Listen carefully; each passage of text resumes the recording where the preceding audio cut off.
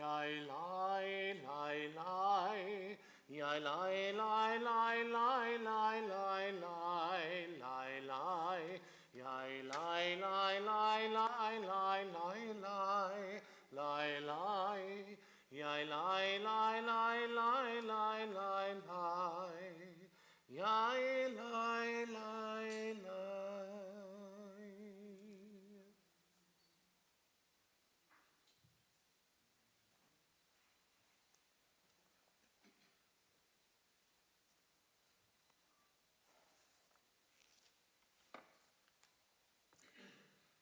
Ela as Kara. These may I remember.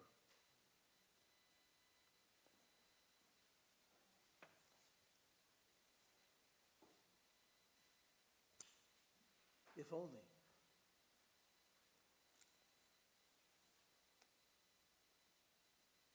If only I could remember those that I never had the chance to meet,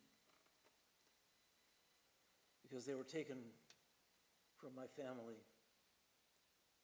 before I ever had the chance. And we never talked about it in my home growing up. Oh, we knew the Holocaust existed. I had kids in high school come up to me and say, "Why didn't the Jews fight back?"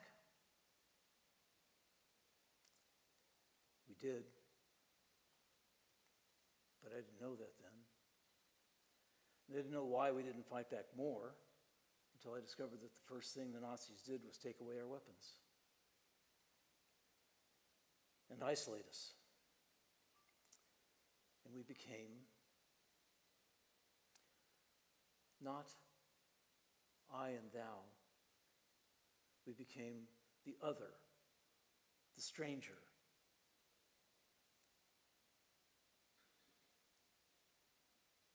When Moses is sent by God at the burning bush to go talk to Pharaoh, what does Moses ask?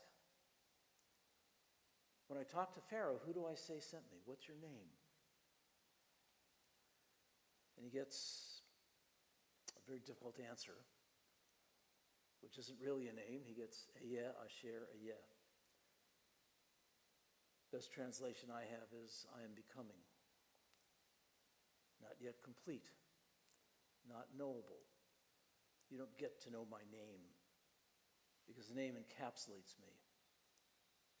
And so we became not names, but numbers. Because if you have a name, you have a right to live. If you're a number,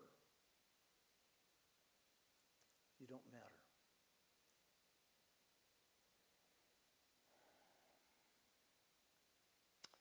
I said earlier, at this moment, I wish I was anyplace else but here,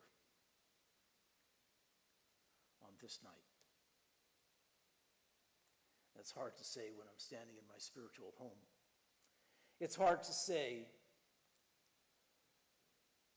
that this is a time we set aside. Look at the scars that were left behind. As we go through the service, as we go through this evening and we hear the stories, the scars should be there to remind us, to tell us what we lost, and also, as my own personal surgical scar reminds me of what I gained and the obligation I have to live life, even though scarred, even though not the same. I have an obligation to find joy, to find meaning. Otherwise, what was the point in surviving? But to tell the stories and to keep us from letting that happen to us or to anybody else.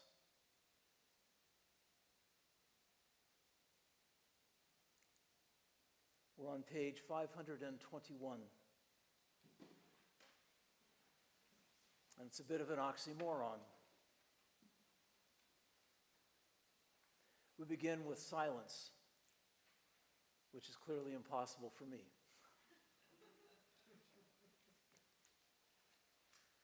But we do begin with the silence of death. The silence after destruction. There are times when songs falter, when darkness fills life, when martyrdom becomes a constellation of faith against the unrelieved black of space about us.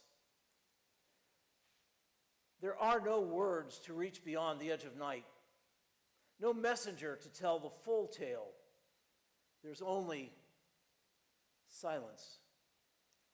The silence of Job, the silence of the 6 million,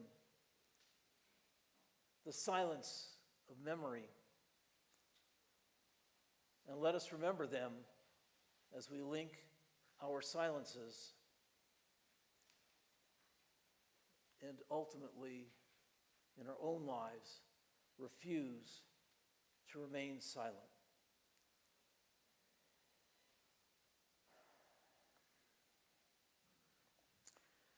And Georgia, I'm going to call upon you to light our first Yortzeit candle here.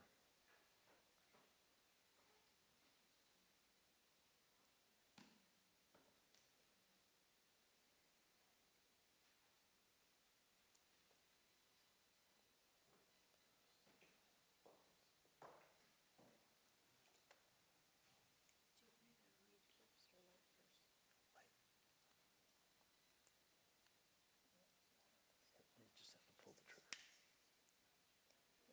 Maybe this time they'll stay lit.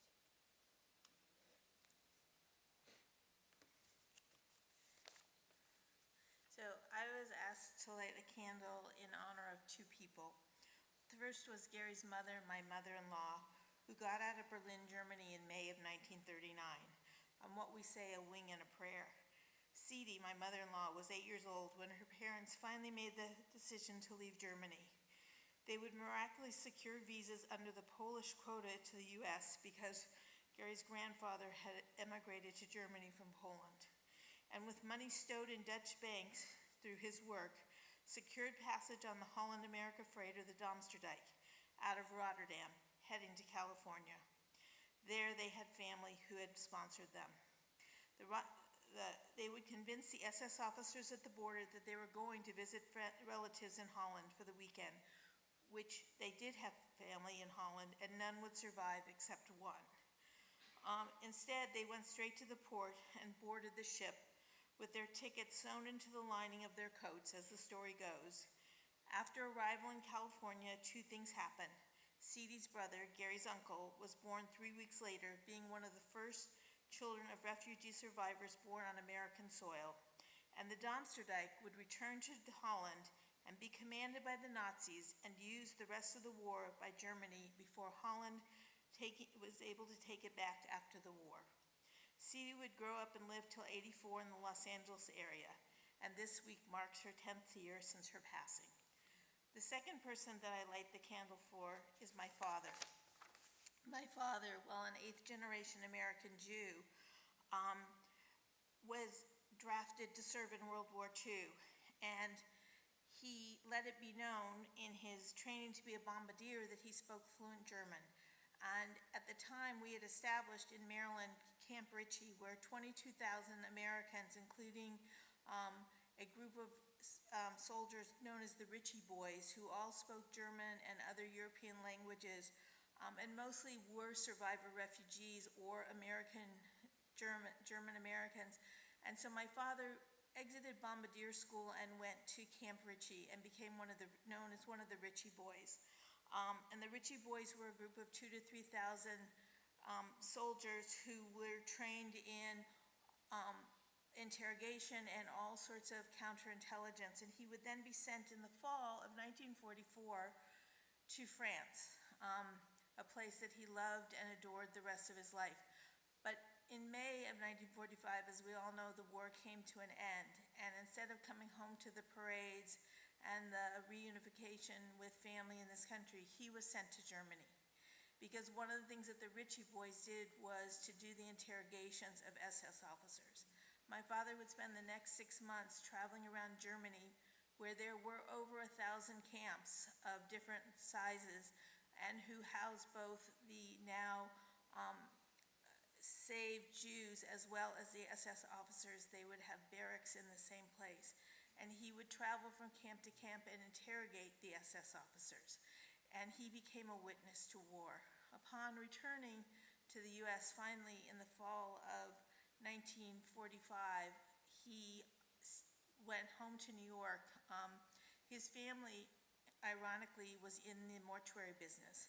And my father, after experiencing what he had the last 6 months, declined to go into the business. He instead went back to France on a GI Bill and got his master's at the Sorbonne, spent another year in France as France was being rebuilt, and would come to California in the spring of 1947, meet my mother, and live the rest of his life in California. And I would encourage you, if you don't know about Camp Ritchie and the Ritchie boys, it's a fascinating story. And I only wish as a child I understood more about it, because I just understand more how the horrors of war affected my father his entire life. And like the rabbi just said, he would on occasion tell us stories of what those interrogations were like and what it was like with the SS officers. But I know that he suffered in silence, and so at least tonight I can light a candle in his memory and honor.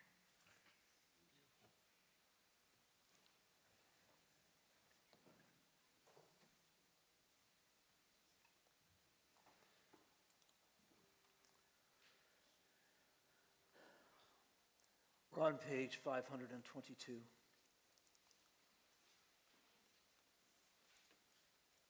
Together. Ashrei Hagafur, blessed is the match, consumed in kindling flame. Blessed is the flame that burns in the secret fastness of the heart. Blessed is the heart with the strength to stop its beating for honor's sake. Blessed is the match, consumed in kindling flame.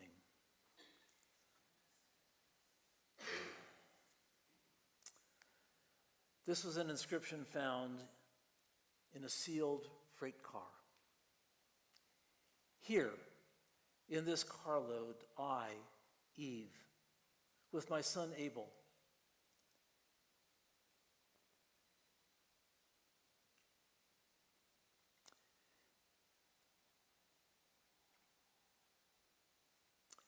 if you see my older boy, Cain, the son of Adam, tell him that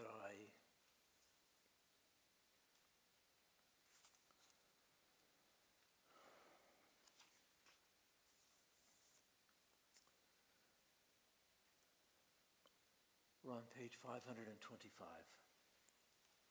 Donna?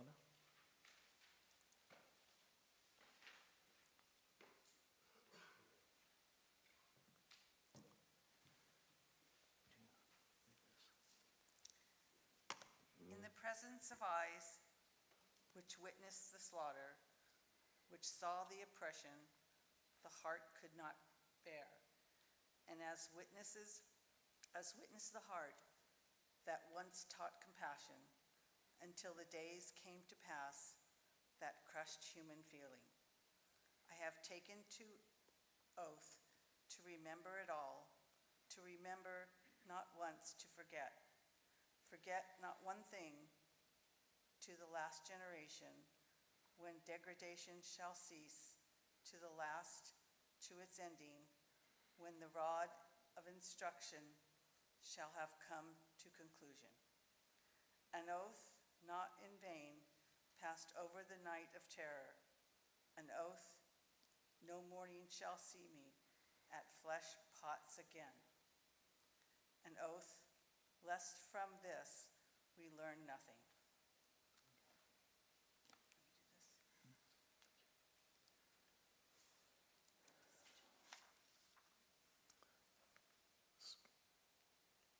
Just squeeze.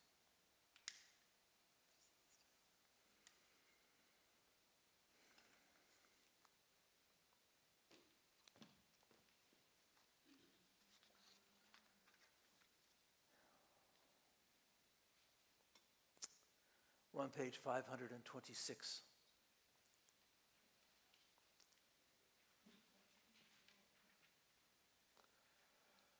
Franta Bass, age 14, from the Terezin camp, left us this. I am a Jew and will be a Jew forever. Even if I should die from hunger, never will I submit. I will always fight for my people. On my honor, I will never be ashamed of them. I give my word. I am proud of my people, how dignified they are. Even if I am suppressed, I will always come back to life.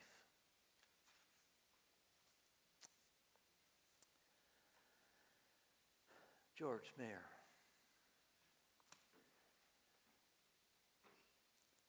It seems we come to a fork in the road. We decide somehow to survive and go on, or we die. Thank you for choosing the former rather than the latter.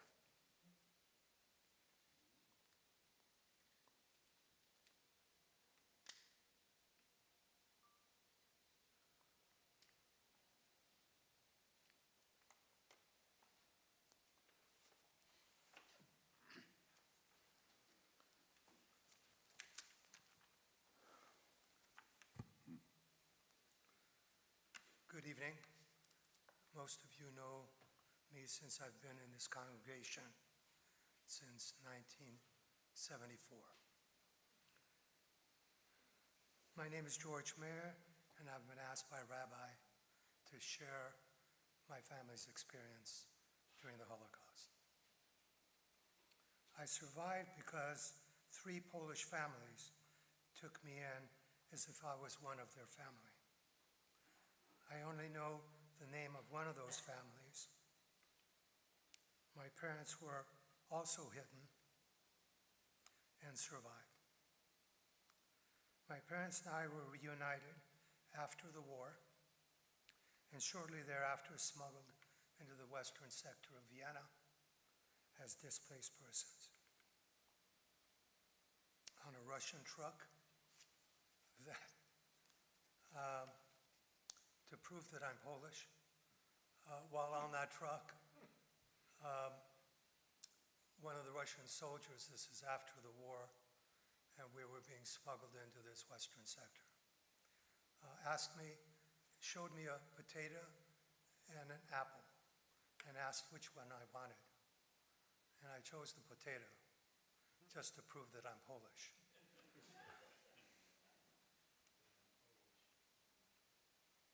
To prepare me for the trip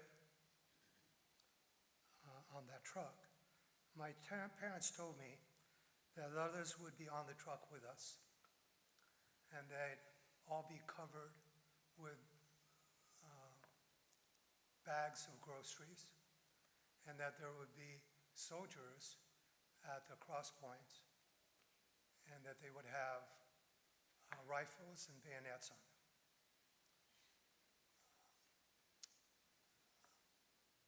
I heard what they had to say, and I was pretty quiet. And afterwards, for a couple of years, I would go to sleep telling myself that I could only turn once or twice, or something was going to happen. I didn't know what it was going to be, but it was enough to keep me from moving around.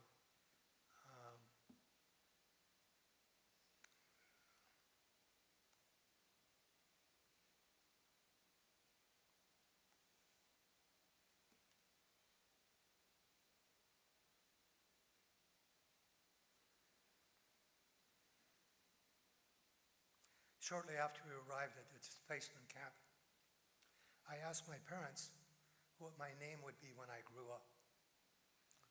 Because I'd been moving so much that in the first few years of my life, I had 3 different names. So I automatically assumed that everybody changed their name periodically. And I was just wondering what it would be when I grew up.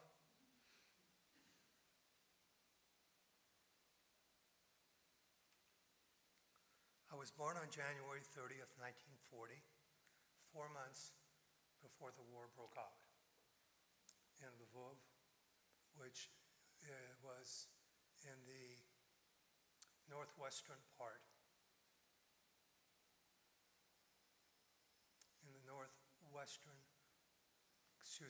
northeastern part of Poland, and became part of the western part of Ukraine today.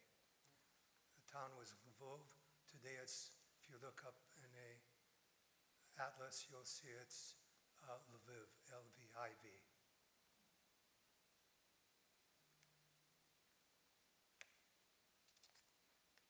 Like most families who survived, my parents never shared anything about the war. In 1971,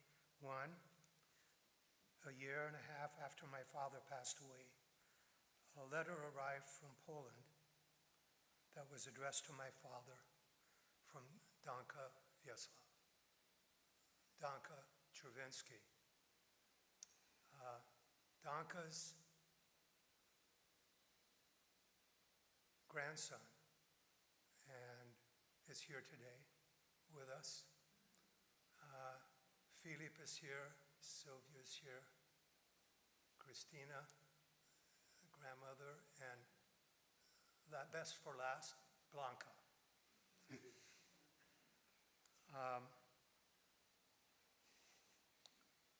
I took the letter to someone at the temple who was Polish, and they interpreted the letter to me, and it basically said, "Hi, Staszek, haven't heard from you in a while." And once I had that interpreted, I contacted them, had the person that interpreted the letter write it in Polish the first time, and shared with them that my dad had passed away a year and a half before, and it was the beginning of a correspondence that lasted for a number of years with Danka. At one point, Danka's son, Rizard, Philip's dad, they asked if we would sponsor him to the United States. We put up the bond, we did everything we could, but since it was still under Russian control, they wouldn't allow him out.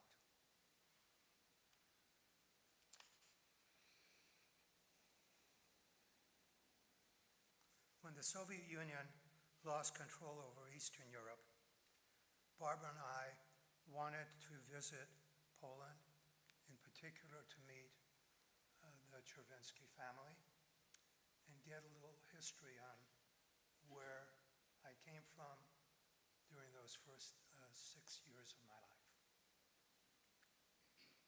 I asked my cousin Siegfried Wallach, who is 18 years older than me, also born in Lvov, the same city I was born in, and in fact, when I came home from the hospital, we lived in the same apartment building in Lvov. He was 18 years older, and I felt that he would have a lot of insights that I didn't when we went back, so I could start piecing it together. They agreed to do that, and their help was so much more than I could have ever imagined, making the trip richer with their input.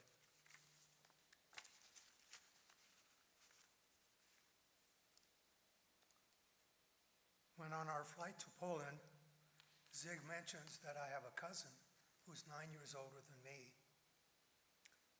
also survived the war, was also hidden by a Catholic family. But unfortunately, when the war broke out, at that point, Hitler had made a pact with Russia that Russia would take eastern part of Poland. Germany would occupy the western, so they wouldn't have to fight on two fronts. So the first people to occupy our city were Russian soldiers, and the first roundup of the Jews,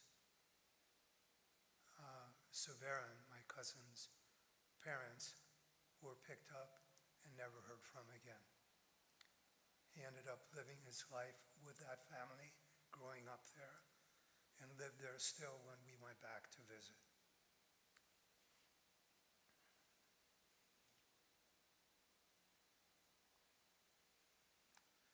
When Germany decided to go to war with Russia, they went through Lvov, as they did the rest of the eastern part of Poland, into Russia.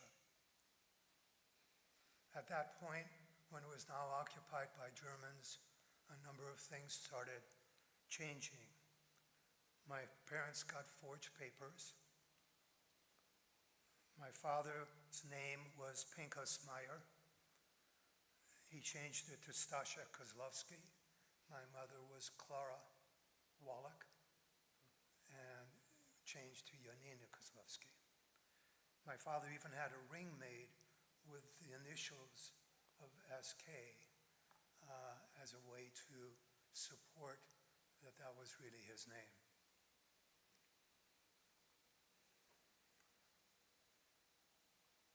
At that point, with the papers, we moved from Lvov to Warsaw. In Warsaw, the Polish underground identified a family we could talk to, my mother could talk to her father, and to see if they could keep me. That family was the Truvinsky family. My mother came by and said, would you be able to keep him until I find another place for him? And they agreed.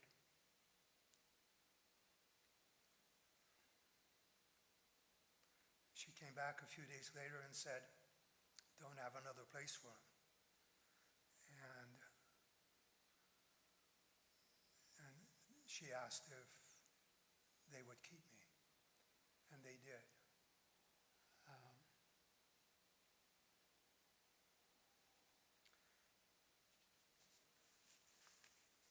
Not until I went to Poland and visited did I realize what they really did for me. It wasn't just Anka and Vyacheslav that lived there. Steph of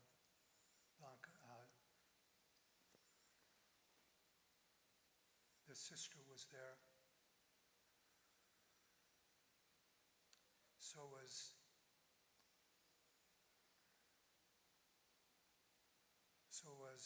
her mother, and also some cousins that would be in the house at the same time. I didn't realize it until then that what they were sacrificing. Can you imagine having a strange, not so strange, young boy taken in at the risk of not only their own lives, but the lives of that whole family.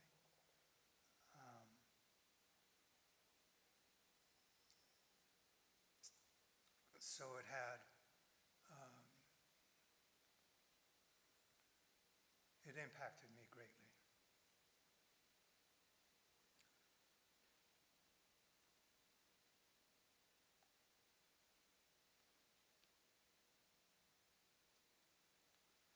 My cousin Zig, who went with us on the trip, and his father and mother were also in Lvov, but when the Russians left and the Germans occupied Lvov, they too left. Ziggy's father left with papers on a plane out of Lvov to New York. wife and Ziggy with false papers to follow the next day. The next day, unfortunately, Ziggy's mother was picked up by the Germans and died in a concentration camp. Ziggy tried to escape through Russia and ended up in Siberia and lived in Siberia till after the war ended.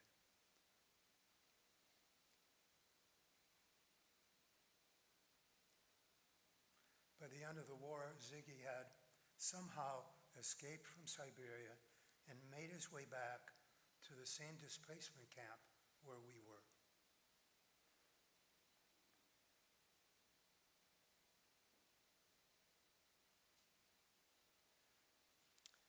While Ziggy and we were there together, some Torahs were found, and they were being sold to help feed the Jews that had survived. Ziggy bought one of those Torahs. He brought it back to the United States when he came. He had it refurbished, donated it to his temple, and that's the Torah that all his kids, for all life cycle events, have read from for their whole life.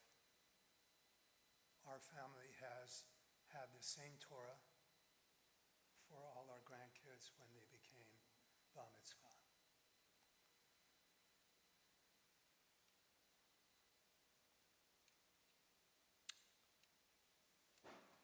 When we left the camp, we were on a boat for about 16 days until we got to New York. And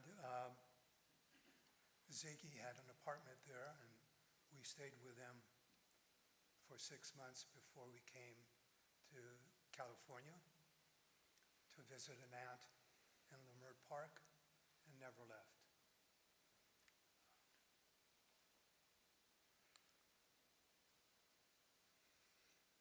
When on the flight we landed in Poland, we first went to Krakow.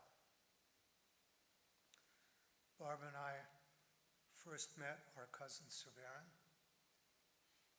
After being shown around the city, he took us to his home, where we met his wife Danuta, who had prepared dinner for 6 of us for one of the most memorable meals of the trip. Started out with vodka, then went to pierogan, and ended up with cream puffs, and then more vodka.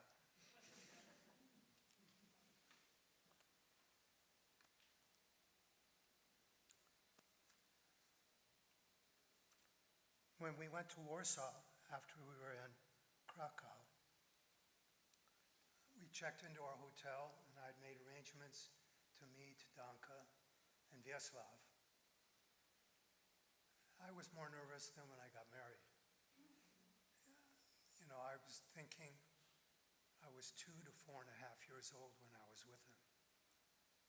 And thinking, wondering how much of who I am today is based on the life I had with them during those early years. He ended up being remarkable people, and unfortunately not much of that rubbed off on me.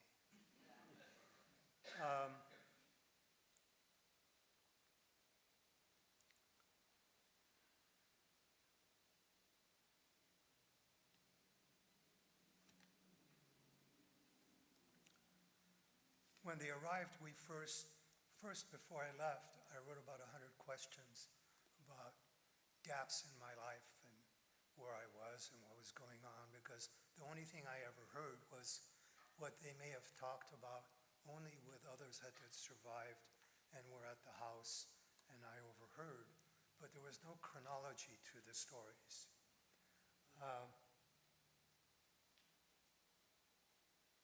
So they arrived, and they arrived not only with Danka and Vyacheslav, but they brought their son and wife and 2 kids. Philippe and Monica were with them. We each had interpreters, neither knowing the other was bringing one.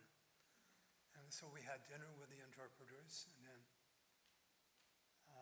somehow the family went home, but Danka and Vyacheslav came up to our room, and until 3 in the morning we worked on that list.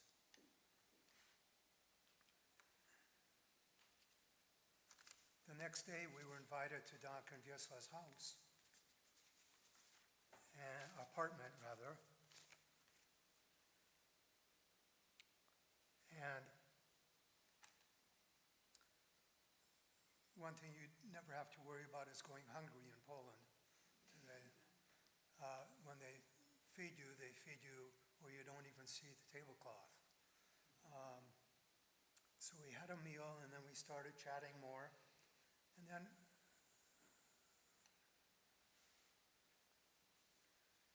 Vyacheslav gets up from the table, leaves the room, comes back with a shoebox.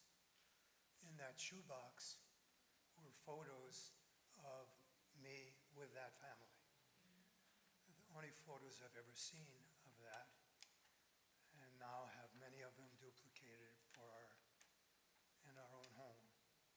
And I was just touched that that would be something they would have kept all those years from then till that moment. We were invited to their granddaughter's, Monica's, first communion. And then after the service, we went to the other grandparents and had lunch. Again, a tablecloth you couldn't see, food for 2 hours that we ate. We took a break and went into the backyard and chatted. When we came back, the table was full again, and we had another 2 hours. We spent 2 more days with Danka and Vyacheslav as they showed us around Warsaw. We drove to the lot where the apartment building used to be. They told us that German officers also occupied some of the units in that building.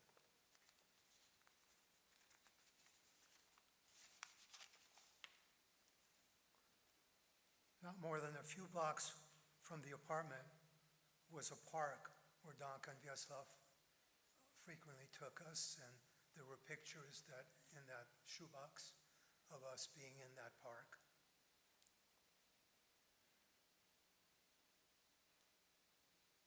We also went to another park where people sat on the grass. We enjoyed the park's beauty and listened to the pianist playing Chopin music as we enjoyed the Sunday afternoon. The next stop was Warsaw Ghetto. Knowing the history, which is heartbreaking, and thinking many times during the trip that if it were not for Danka and Vyacheslav, my parents and I could have been in that ghetto. And it was only a mile from the apartment where I was living.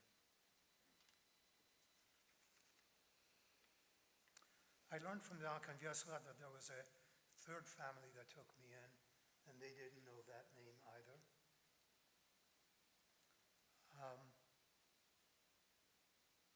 But the reason they were leaving was because the German side identified Vyacheslav as being with the Polish underground. And so they had to leave, and I went to a third family. That third family was also in Warsaw.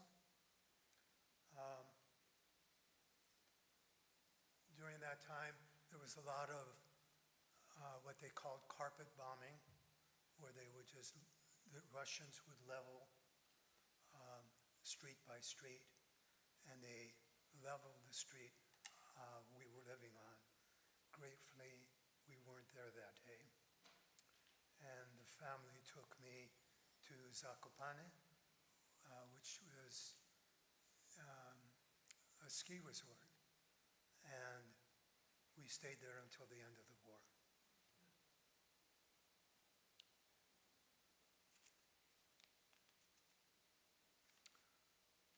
Ziggy and I then, with Barbara, flew to from Warsaw to Lvov, the city where I was born. The town was under Russian control much later than Poland was. And so things were dramatically different. Ziggy arranged for what he thought was the number 2 hotel in Lvov. And we walked into the lobby. There were 100 light bulbs in the ceiling and 6 you could turn on. We then walked into the elevator, and in the elevator it read, "We apologize for no hot water in March." So we thought, okay, good thing we're here in April. We get to our room, and within a half hour when we start cleaning up for dinner, we find there's no hot water. So the solution was that when we got back in the elevator, there was a new sign. So we apologize that there's no hot water in April. Throughout the city, there were lines for everything, for food, and sometimes there were lines and you didn't even know what you were standing in the lines for. And they would purchase whatever was there and then barter it with other people. Since they needed food or whatever they needed, that's the manner in which they dealt with it. One of the things that happened was we saw an open back of a truck filled with breads. And you saw all these people running, following this truck. So we joined them. And we ended up where it was going, and the lines were so thick that you just hoped that there would be something left by the time you had a chance to buy something. Dramatically different than Poland was when we went back. Zig took us to the apartment building where his family was, and when I was born, he told me that's where we went as well, my parents and I. We went and saw the location of Helen's home as well.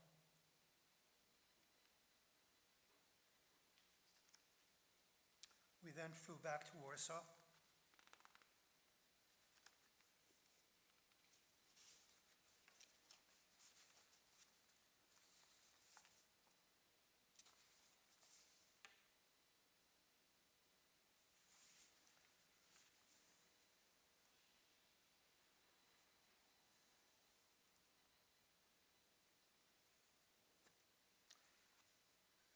When we flew back to Warsaw, we were having our last dinner with Danka and Vyacheslav.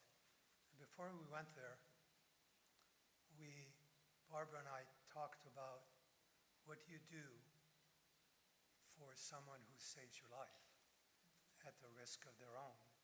And there's really nothing that you could do that would be enough to say thank you.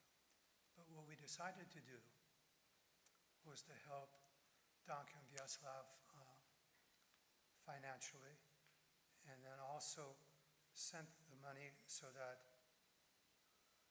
Philip and Monica, when they grew up, might be able to come to the United States and visit.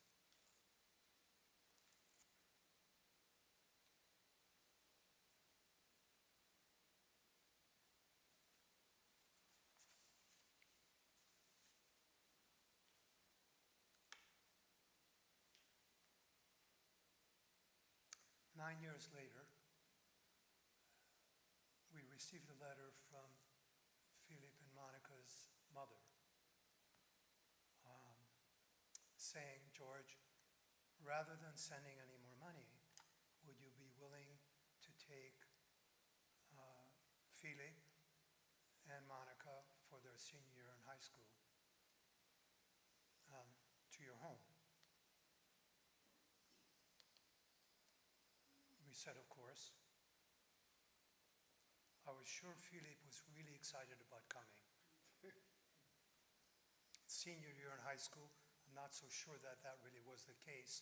Barbara, who's always wiser than me, said, no, he really didn't, she didn't think that he really wanted to be there at the beginning. And she was right. The suitcase was not packed by Philippe because everything was folded and was just meticulous. And after being with Philippe for a few days, I knew that he didn't do that. 2 years later, Manichka came and lived with us for a year. For us, it was like the family we didn't see very much, but we're so happy to have in our lives.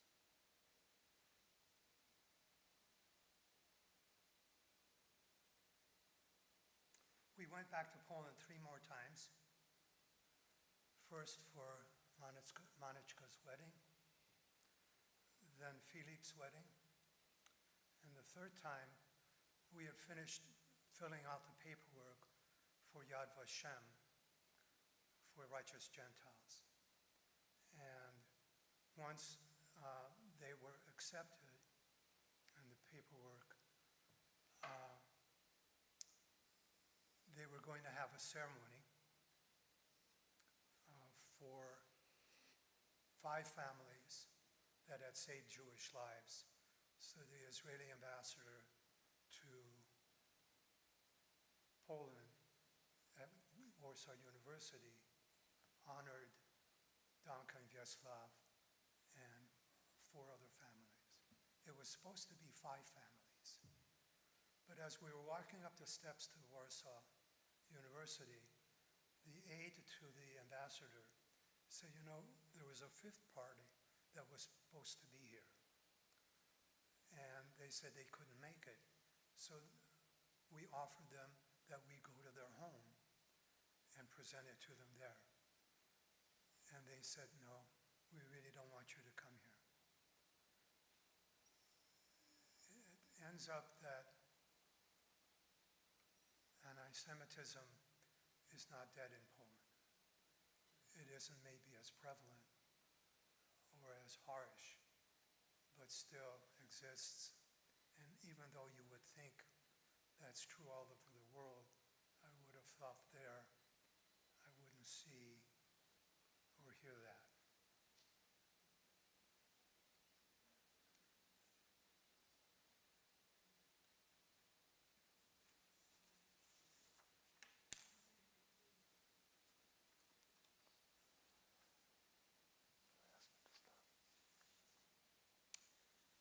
In closing, if I can find the closing page,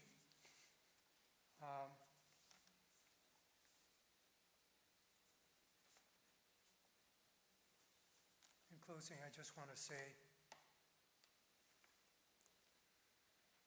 that when I went to Poland, I went to get an understanding on what my life was like then.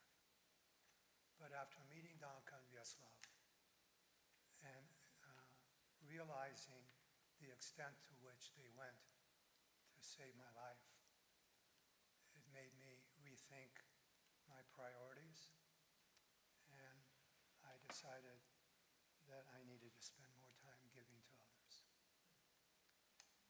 Thank you.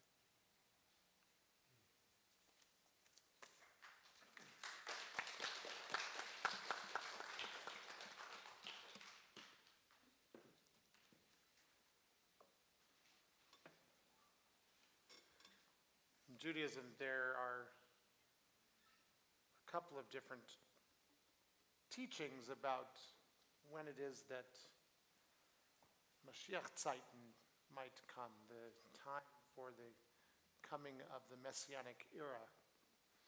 One says that it's when the whole world is at peace. The other says it's when the whole world is in turmoil. Leave it to the Jews to make sure all the bases were covered. But when the world was in turmoil, when 6 million were being taken to their deaths. So many of them had the words on their lips, Ani ma'amin be'emunah shlema. I believe with whole faith, with complete faith, Beviat HaMashiach, that the Messiah will come, that this time will come, and despite everything, Ani ma'amin, I believe.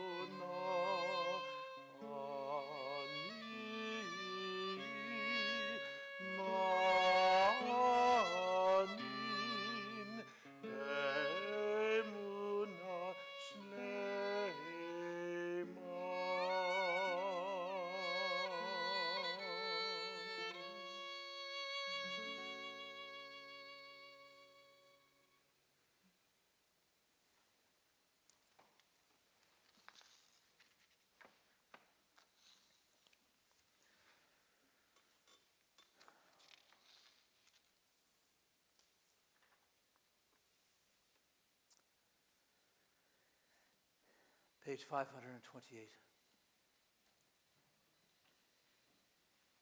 It was the cold winter of 1944, and although we had nothing like calendars, my father, who was my fellow prisoner there, took me and some of our friends to a corner of our barrack.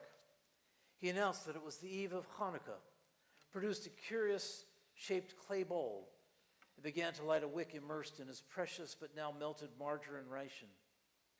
Before he could recite the first blessing, I protested at the waste of food.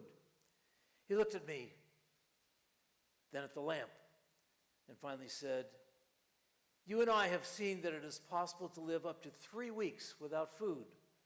We once lived almost 3 days without water. But But you cannot live properly for 3 minutes without hope.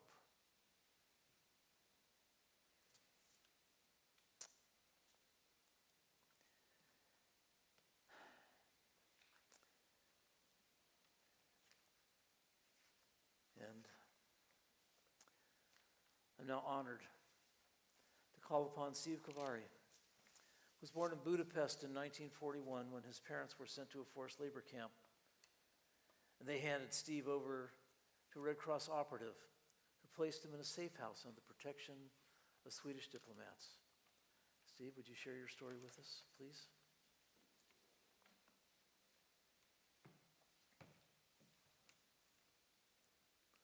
A slight correction. Oh, In the bio, it was actually Swiss diplomat. sorry. And um, the last time I gave it, one of the last time I gave a talk, it was a Mormon congregation, and took me an hour and 15 minutes. I only put one person to sleep. And then Q&A, and so things went very well. I've been told that keep it a little shorter this time, and I'm going to try my best. The French philosopher Voltaire said, among other things, he said a lot of things, is to be good is not good enough if you don't do good. So that is the underlying premise of my talk tonight to you. My story is relatively simple, but it's part of a much bigger story. So I'm going to start with my story, which was as a 4-year-old. I was placed in this Swiss safe house for children, set up by the Swiss Red Cross. And it was in the movement actually was attributed to a gentleman by the name of Karl Lutz, who was the Swiss consul in Budapest. Directly, I owe my life to that particular gentleman. I was in this safe house from the time my parents, on their way to a forced labor camp, about 1st of September 1944.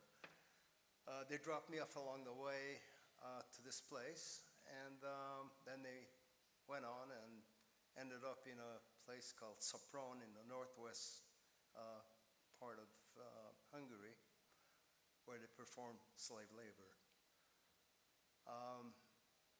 I was entrusted to another child. Her name was Piroshka. Piroshka it's a very popular Hungarian, not so popular name in Hungarian, but in Hungary, but fairly common. The exact translation is Little Red Riding Hood. You might smile at that, but that was her name. And she and I bonded, and we, in February of 1945, all of a sudden my grandfather showed up, and I was taken away from her. And we bonded. I thought she was my mother. To this day, there's a bond between us. I can honestly say I've never rebonded with my family. That's the honest truth. So when I was 15 years old and the opportunity presented itself, the borders opened up, I got the heck out of Hungary on my own. Came to the US, and I was with a relative in Santa Monica for a couple of months, but they were fairly well along in the years. Luckily, Santa Monica High School, they found a family for me, and I was with them for about a year and a half. And then I started working and going to school, and I got a job at the Hillcrest Country Club as a dishwasher. And I can honestly say that I washed dishes after George Burns, Dean Martin, you name it, Edie Adams, Steve Allen, just to drop a few names, Frank Sinatra. I washed dishes after all of them. But all along I went to school, eventually UCLA, got a degree in engineering, 5 years of engineering and 50 years as a CPA, and here I am. But I want to go back in time. That's really my story. You just got it from beginning to end, all the way up to my standing right up here. I want to, one of my missions for the rest of my days is to let people know about what some of the righteous Christians have done where they were doing good, as Voltaire said. It all started, Hungary was pretty much intact from deportations of its citizens. There's only, up until January of 1944, there were only about 66,000 Jewish people who were deported to the death camps, which is quite a contrast to what happened in George's Poland.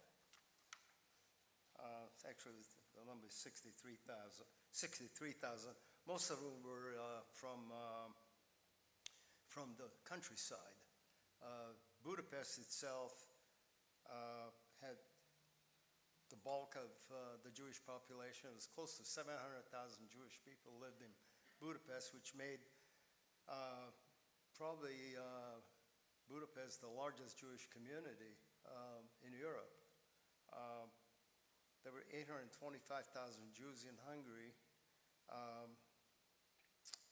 and most of them, about 700,000, were in Budapest, which is every third person in Budapest was Jewish, pretty much.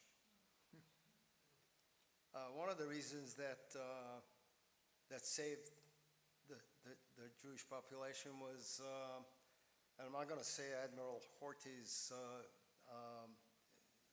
was a good guy, but he was a realist, and he kind of dragged his feet about cooperating with the Germans because, can you imagine, a third of the city is Jewish, and if you take out that third, what's left, most of the people are unskilled laborers, because most of the intelligentsia, lawyers, doctors, CPAs, you name it, were Jewish. And also, they were very well represented in the trades. So he couldn't see parting with that part of the population. It would have been a disaster, although it eventually took place. As far as the timeline of what happened was, there was the War Refugee Board was set up by FDR on January 22nd, 1944, and the American ambassador to Sweden was entrusted to find a Swedish citizen to organize a rescue in Budapest, because at this point the Hungarian Jewish population was still pretty much intact, and they were trying to head off an impending catastrophe of what remains of the Jewish population in Europe.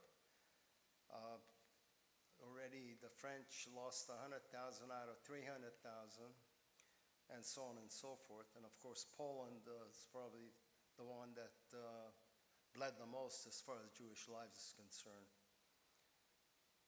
March 19, 1944, Adolf Eichmann arrived in Budapest. At that point, more than 725,000 Jews were still in Hungary.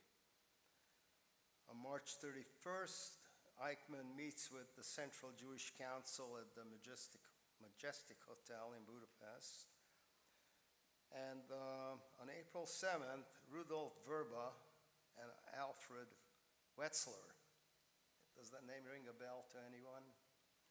They were the only known escapees from Auschwitz. There were two Slovak men who tunneled their way.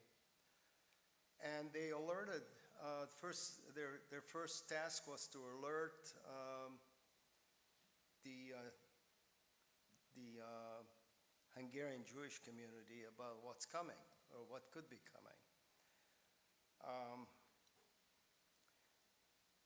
So they met with a gentleman by the name of Rudolf Kastner, who was the president of the Central Jewish Council, to warn them what's about to take place, since the angel of death, Eichmann, was already on the ground in the city. Kastner chose not to believe him, strangely enough, and kept making deals with Eichmann.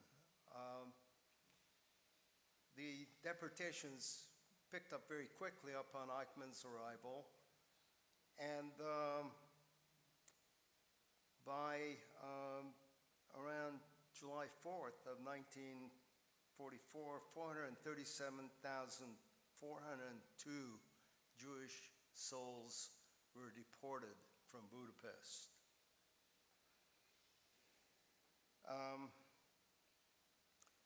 On July 9th, 1944, Raoul Wallenberg arrived in Budapest at the behest of the War Refugee Board and the World Jewish Council.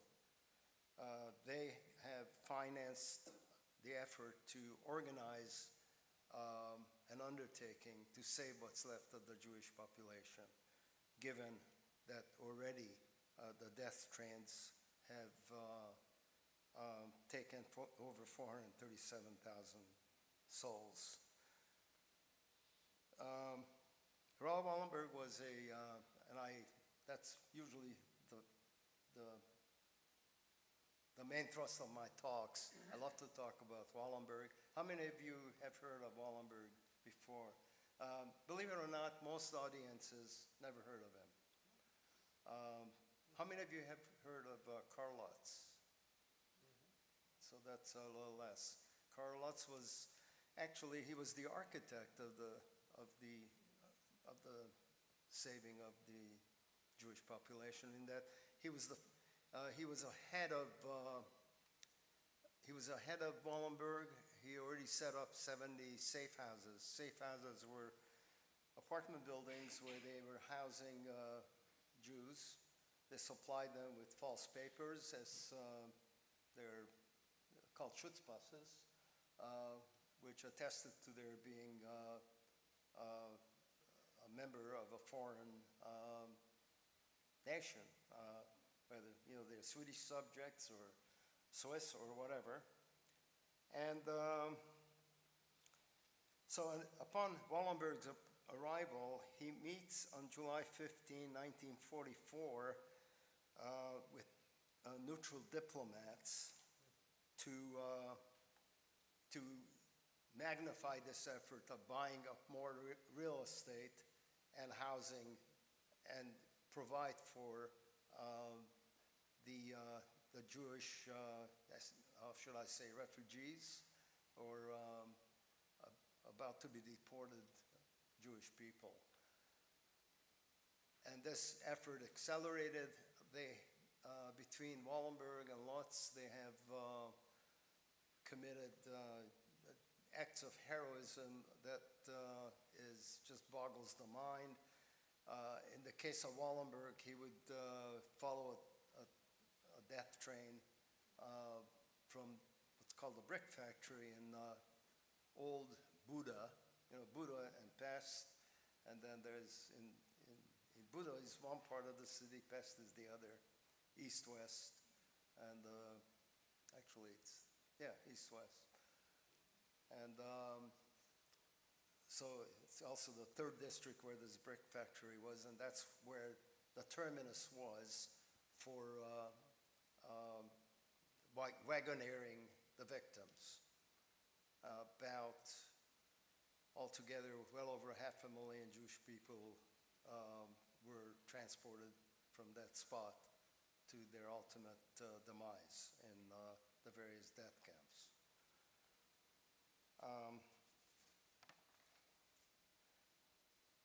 Some of these gentlemen, I just want to bring up names.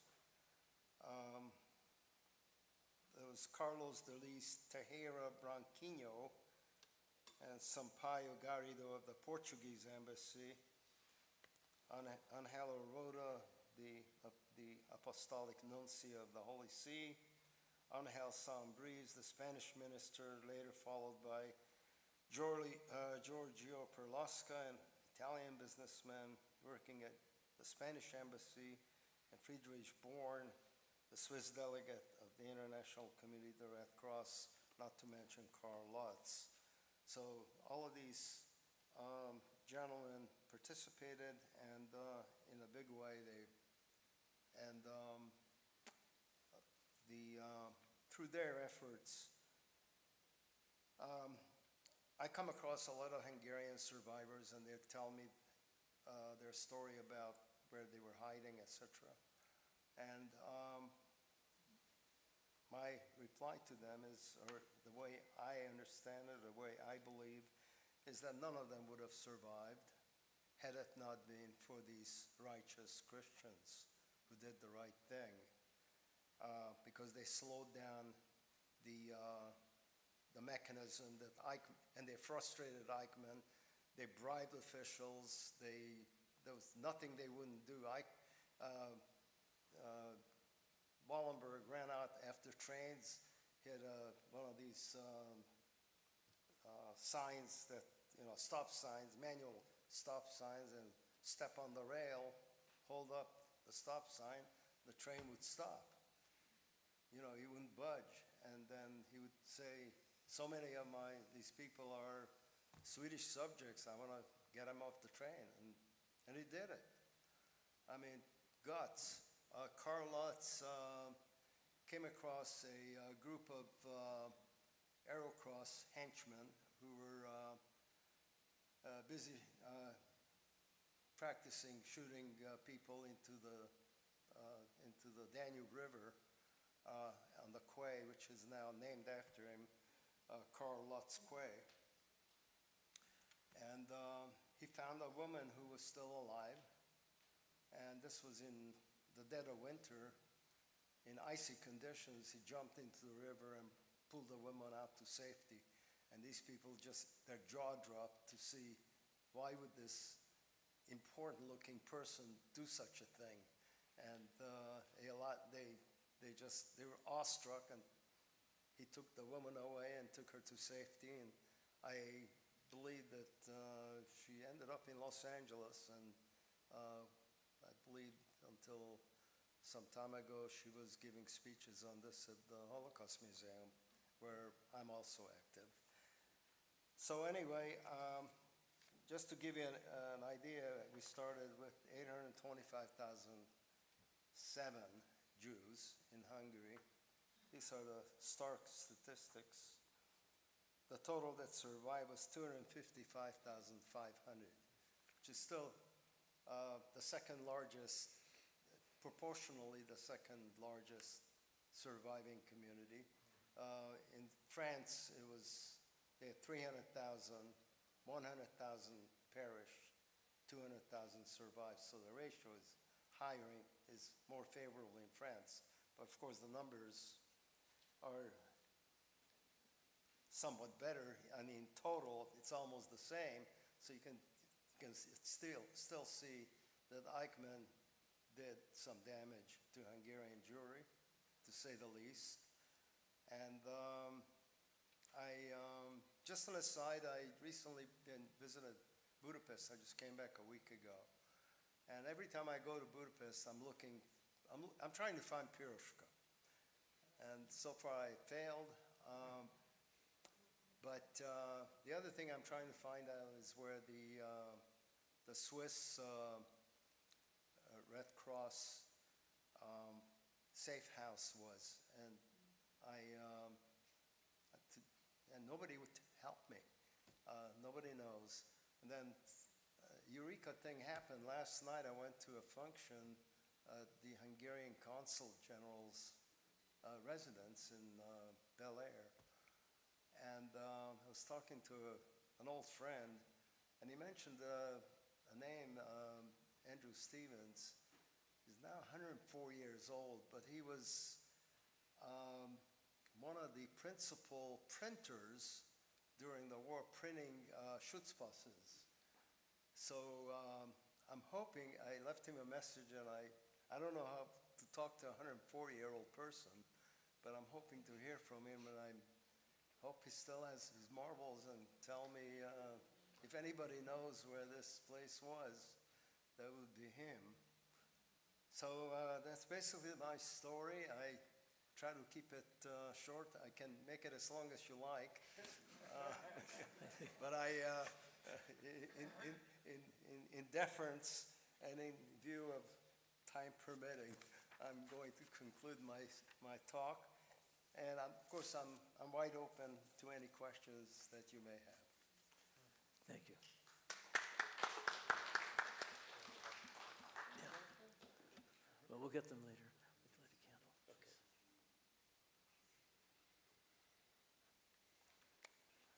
And as Steve lights this candle, I share this beautiful poetry, this beautiful music that's become all too familiar to the Jewish community, written by one of the great Hungarian heroes or heroines of the war.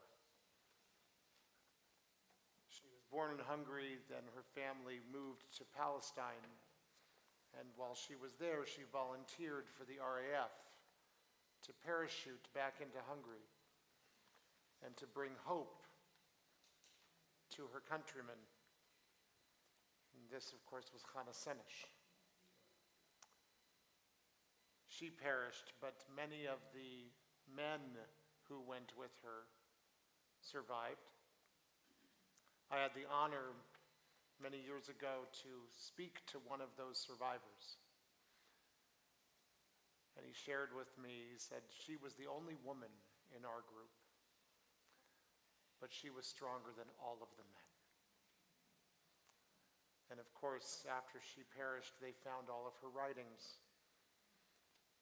This one, Eli Eli, has become perhaps one of the most beloved.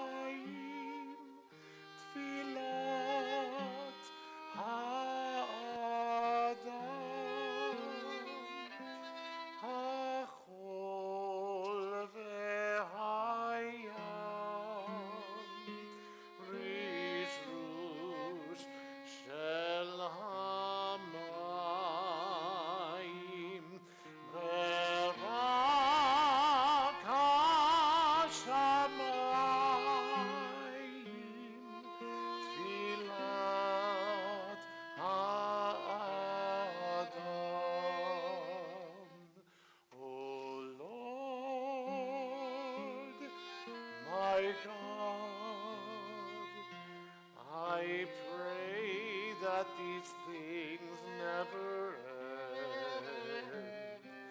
The sand and the sea, the rush of the waters, the crash of the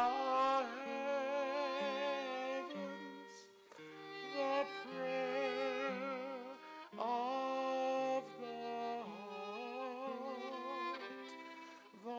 the sand and the sea, the rush of the waters,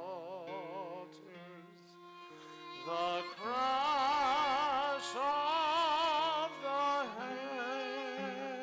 heavens, the prayer of the heart.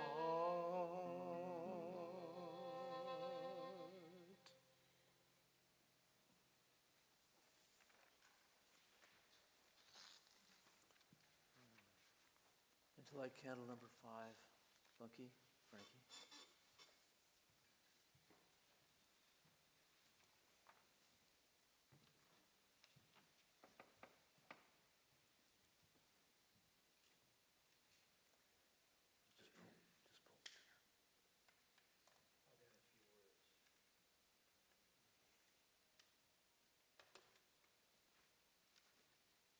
Frankie's a little bit tough to get up here, but I wanted to say a few words in honor of her father.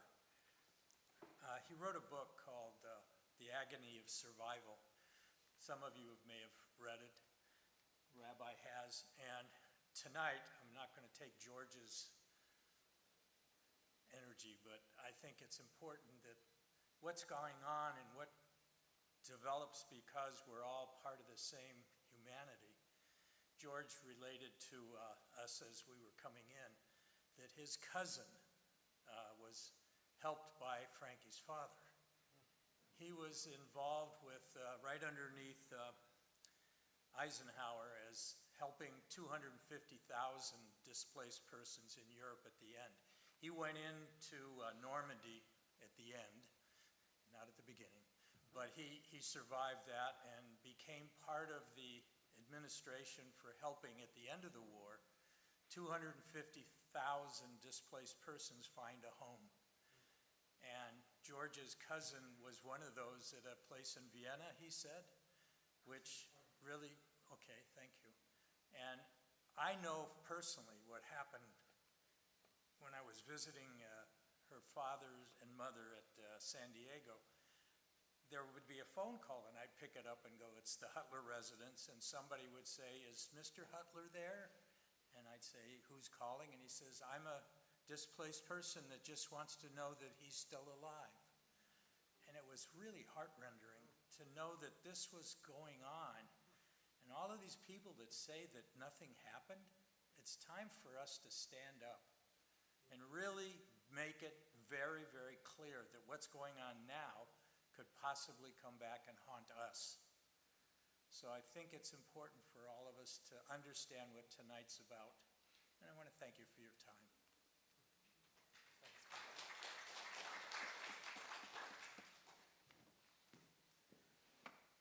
We have one more candle, a short video, and then Kaddish. Steve?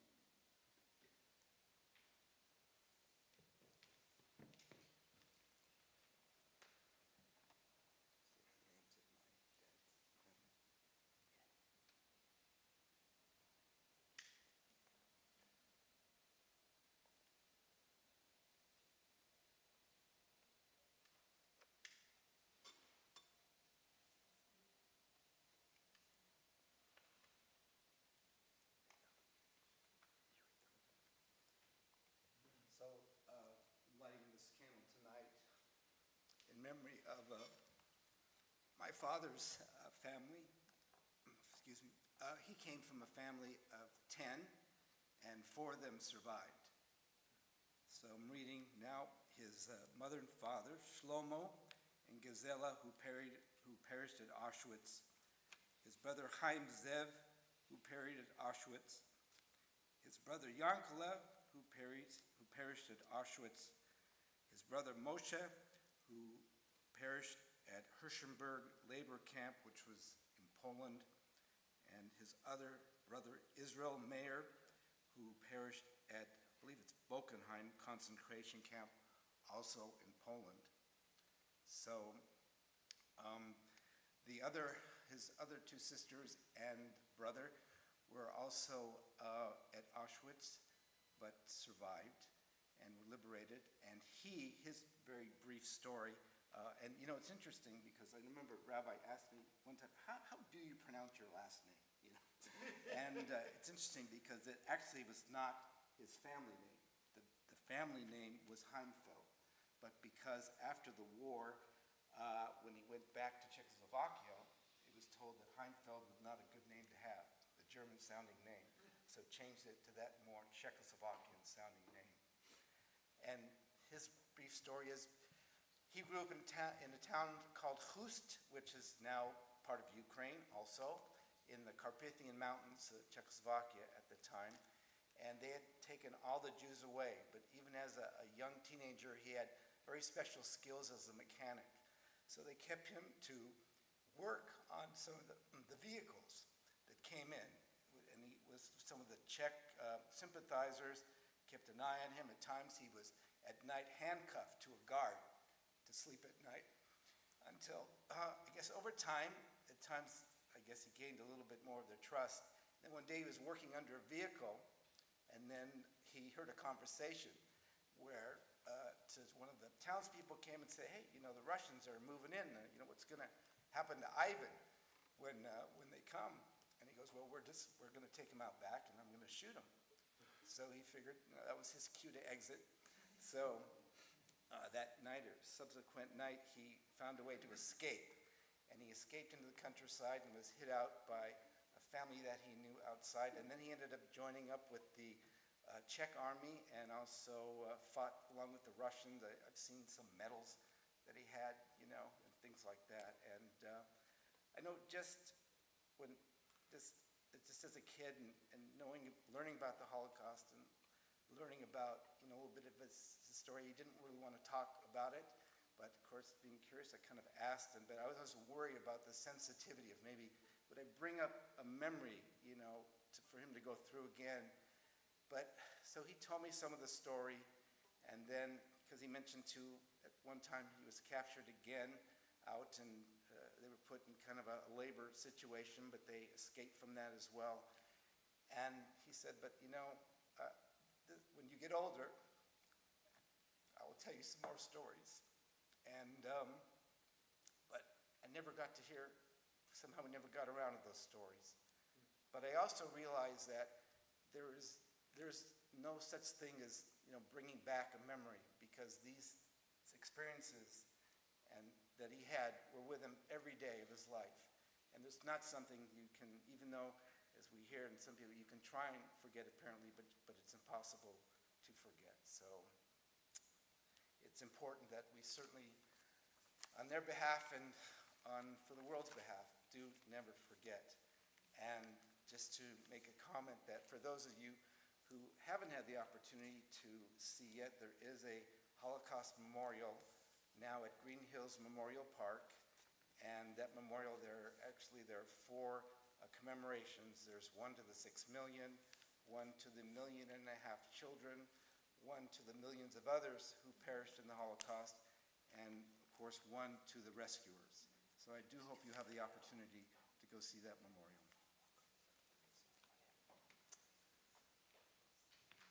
So,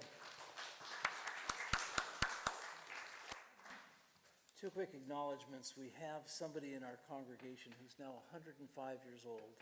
It was Marta Cohn. She was a spy for the French during the war. And using her blonde hair and fluent German, she portrayed a nurse desperately seeking the whereabouts of a fictional fiancé.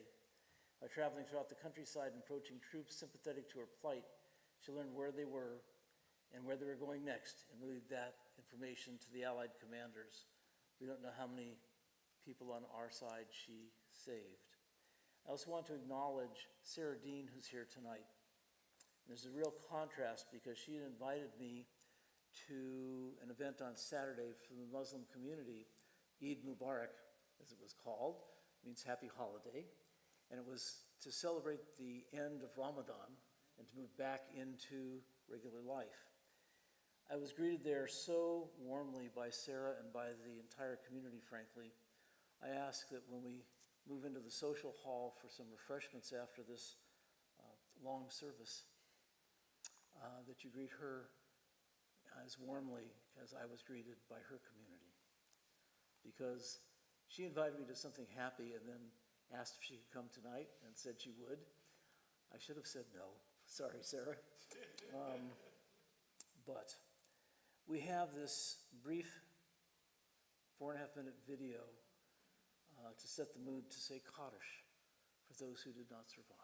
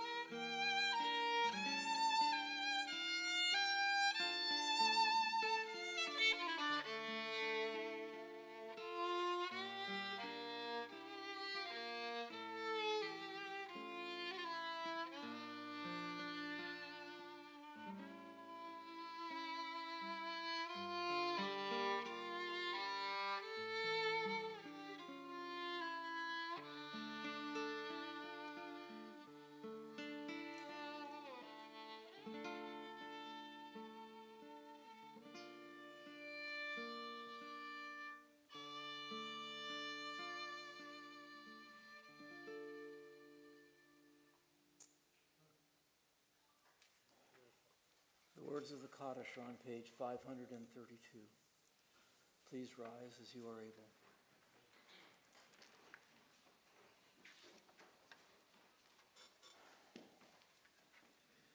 Yitgadal v'yitkadash shemei Rabbah, v'yalma divrach chirutei v'yamlich malchutei, v'chayechon v'yomechon, v'chayei d'chol Beit Yisrael, ba'galav izman kariv v'yimru amen.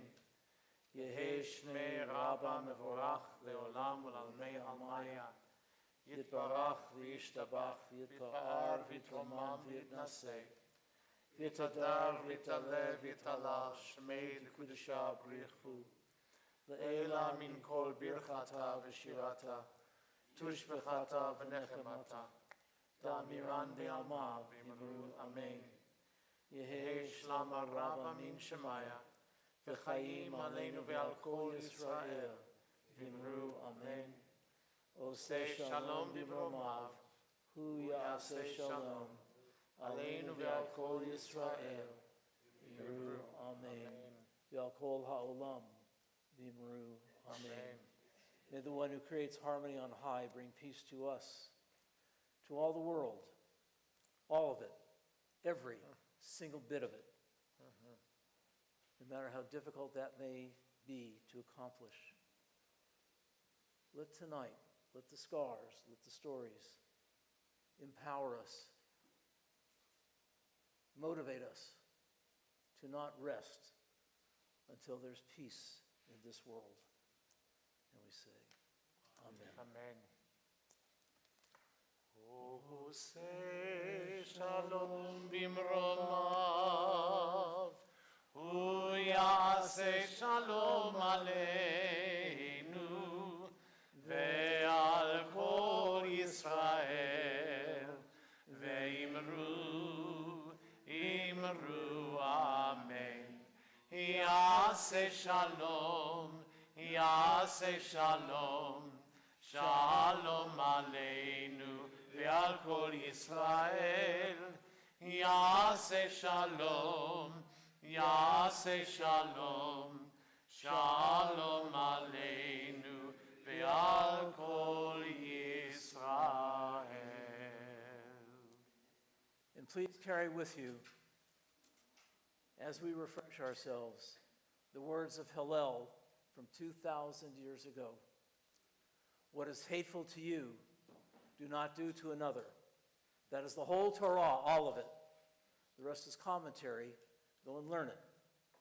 But let us see each other, as I keep saying, as human beings, not as numbers, not as defined by names or skin color or nationality or religion. Let us see each other as human beings and work to ensure that what we heard of tonight does not happen again to us or to anybody else. That's why we exist. That's why we're here. Let's make that come true. Amen. Thank you for being here tonight. Please join us in Al Manuel Hall for some Oneg Shabbat and not Shabbat, but for some Oneg, for some time together. And a huge thank you to our wonderful musicians. So beautiful. Thank you for being here with us. Very nice. And to those of you who are with us on Zoom, thank you for joining us. We'll be concluding the Zoom meeting at this time. Thank you.